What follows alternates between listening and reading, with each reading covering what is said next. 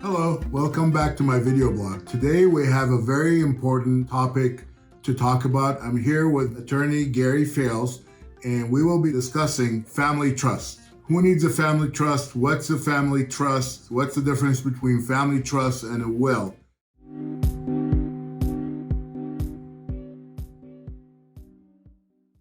Thank you very much, Gary, for this opportunity to inform and educate the public.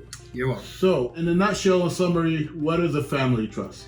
So I want you to think of a family trust like a bucket, and you form this bucket and then put the things you own inside of it to protect those assets from probate and adult guardianship. That's a good starting point to think of it. Okay, great. That's basically all it is. So we talked earlier before we opened up about some of the things I would discuss, and one of those is, well, why would you do this? Yes. Well, it turns out that if you own real estate at the time of your death, it's going to trigger what we call probate. Mm-hmm. Now, probate is a legal proceeding that we go through when you die, and it's expensive, it's time consuming, and public in nature. So we really don't want our family to go through this. Right. Now, of course, we're dead. But, if you're thinking about your family, you want to do something so that they get more assets, so they get more something when you die, and they don't have to wait for it. So if we want to avoid probate, we need to form this bucket and then put your home inside of it, put your accounts inside of it so that you don't own it anymore. Now that might be scary, right? Because It's like, well, you don't own it anymore, so who owns it? Well, I want you to think of this bucket as having a lid on top of it with a lock. So only the person with the key can get into that bucket, right? And you have the key. You still have the key to this bucket. Now, if you're married, you're going to have one bucket and two keys because she's going to want a key too, okay? So you're going to be the trustees. That's how we call it, all right? And so now you have 100% control over your assets still, but you don't own them for probate purposes, so that when you die, there's going to be a new person to get this key. Now, who might you name? I'm putting you on the spot here. So you have a son or a daughter? My sister. Your sister. So your sister now gets the key, and she has to open up the bucket, look at what's inside there, negotiate with any creditors because we can't ignore them, and then follow the instructions to distribute the assets down to the beneficiaries, whoever you listed. So it's a little bit like a will. Right. Right? Okay. Because in fact, people get it confused with a will. And they say, well, why would I need a will if I have a living trust? Yes. Well, the thing is that once you set up this bucket initially and you put your house in there, then 5 years later, you bought a new house. And when you bought that new house, whose name is on that house? When you buy it, let's say you get a loan and you go through escrow, and the lender, of course, is going to require that home is in your name. Yes. Not the bucket. And then you die with a home in your name. Mm-hmm. Well, we know that's going to go through probate because if you die with real estate in your name, it's going to go through that court proceeding. See, this is the dirty little secret. You have a trust, but you're going to probate. Okay. And I just showed you why. Because you bought this new house. And it's not in the trust. It's not in the bucket. Right. So we're in probate, and you need to talk to the judge in probate. How are you going to do that? You're dead. I'm dead. A will. If you had a will executed at the same time as this trust, then now with the will, you can tell the probate court, hey, listen, I may have ended up with something in my name when I died. I want those things, although they're in probate, go ahead, judge, and put them in my bucket. Got it. That's why we use the will and the trust combo. So even after you're dead, the will instruct it to go into the trust. Yeah. One quick question. What is bad about probate? As in you said it's expensive or time. How bad does it get? It's only three problems, like I said. It's time consuming, it's expensive, and public in nature. So when I say it's time consuming, you can plan on at least 9 months that your beneficiaries would have to wait. Got it. When I say that it's public in nature, it means, that neighbor who keeps looking over your fence trying to figure out the things you own? They could go online now and find out everything that you had and who got it. Wow. And that's particularly of a concern. Like, your sister doesn't want everybody to know what she just inherited. Right. And then finally, the big kicker is that it's expensive. So it depends on the state, but I roughly estimate that people should plan on 5% of the fair market value. Now that's on top of realtor fees too. Got it. And so it can suck up extra. Yeah, it can add up. 5% of the fair market value of the items that are probatable. Now in your case, you had a house inside your bucket, but then you bought another house that ended up in your name. Mm-hmm. So there's only a probate on that one house. not on the things that are in this bucket. Right.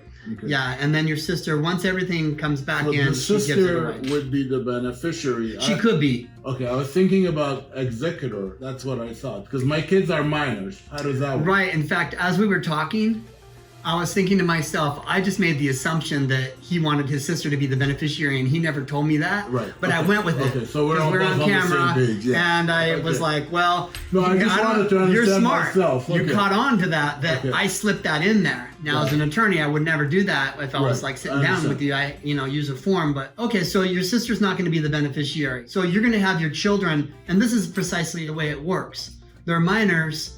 You don't, let's say, want anyone else to be in charge of their money, but somebody you trust, like your sister, she would have the key to the bucket. And in that case, there's a whole new reason why this trust becomes important. And this is what I get excited about. That this bucket can drop into baby little buckets, sub-trusts. Okay. And I do that even for my adult responsible children. I want it to drop into a little bucket. Well, first of all, if they're minors, so that somebody who's older can be in charge. Right. But what if I have 3 children that are over 18 in my own life? Right. I still do that, but who do I give the key to? Each child has their own key. Now, why would I do that?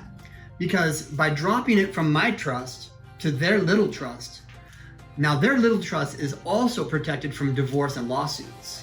Something that I couldn't do for me, but I can do for them. Got it. So no divorce or lawsuit can invade, and it may not be a big inheritance, but it's big to them. Right. They don't want to lose $100,000. Let's say that's all they're getting. Yeah. So in your case, you could do it so that your sister is in charge of their little bucket until they reach, let's say, 23. 18 is not 18. Sure. Okay, 23. I remember what I did when I was 18. Yeah, sure, but me too. Okay, so at 23, your child goes to your sister, their aunt, and says, thanks for doing a good job. I'll take the key now. And they'll have a right to the key as long as they can show that they're of that age and they don't have drug addictions and things like that. Yeah.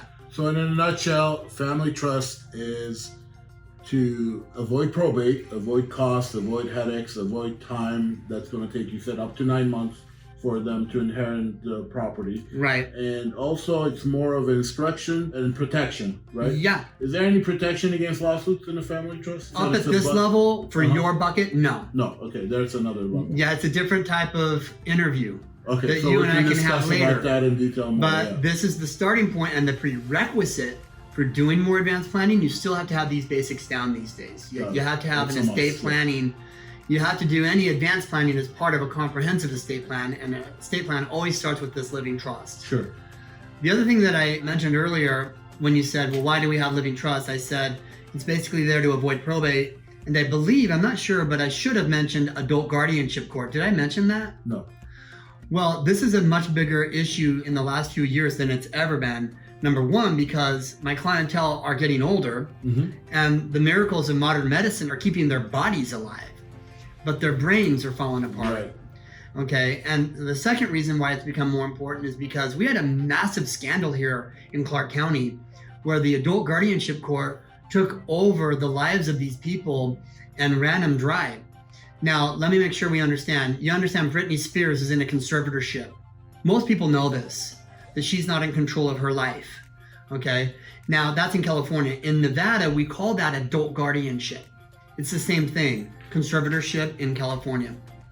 And so we don't want to lose our independence, our control, our dignity, just because the court thinks we're no longer able to manage our financial affairs. So the way to keep them out is, first of all, have your stuff in this bucket where you have your sister already appointed to be in charge. And second of all, make sure that the other new laws that they passed due to these scandals, that we abide by those laws. In other words, you have to have the financial powers of attorney and the healthcare powers of attorney correctly executed, and you have to submit them to the state now.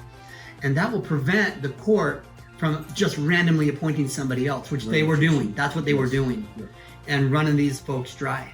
Okay, great. Well, for the final question for today, and I hope we meet again and cover more information, does it have to do with someone's wealth value? Who would qualify for a trust? So Who should get it? when people come in, they might be a little bit lost and they might not know why they're even in front of me for some reason. They'll say, I don't even know what I need. And I'll say, first question, do you own a home? Because if you own a home in every single state, that triggers probate when you die. And that alone will save you thousands of dollars by forming the bucket and then moving the home into the bucket. Just to be clear, any type of real estate or just the primary? Okay. No, so any type. Any real estate. You got a piece of land in Pahrump? Got it. That qualifies. Trust, family trust. Okay. Yeah. Excellent. Okay. Well, thank you very much. How do people contact you if they have more questions or if they do like to get your service? Well, what I can do, there's obviously my website, LasVegasLivingTrustAttorney.com, and we'll give you some links that you could post below. We will post all that. Well, thank you very much once again. You got it. And I appreciate all the good information. All right, thank you. Gary.